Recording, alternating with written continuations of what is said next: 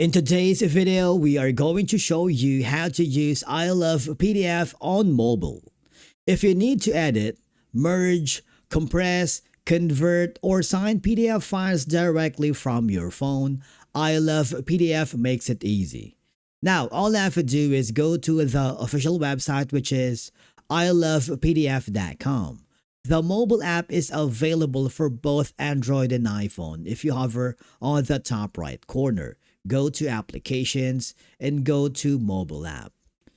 All I have to do now is go to the App Store if you are an iOS user, or if you are an Android user, get it on Google Play. All I have to do now is simple. Start by downloading the iLovePDF app from your device, and then once the installation is complete, open the app and allow any requested permissions so it can access files stored on your device.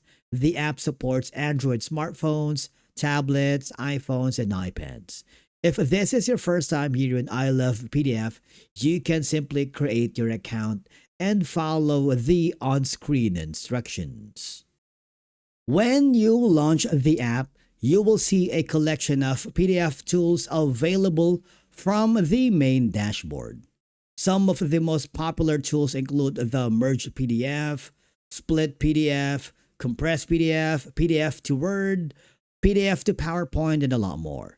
These tools allows you to manage almost every aspect of your PDF documents directly from your phone. And to begin working with a document, tap the tool icon you want to use. For example, if you want to merge PDF or split PDF, it's up to you. When you click on it, you will be asked to locate the specific file.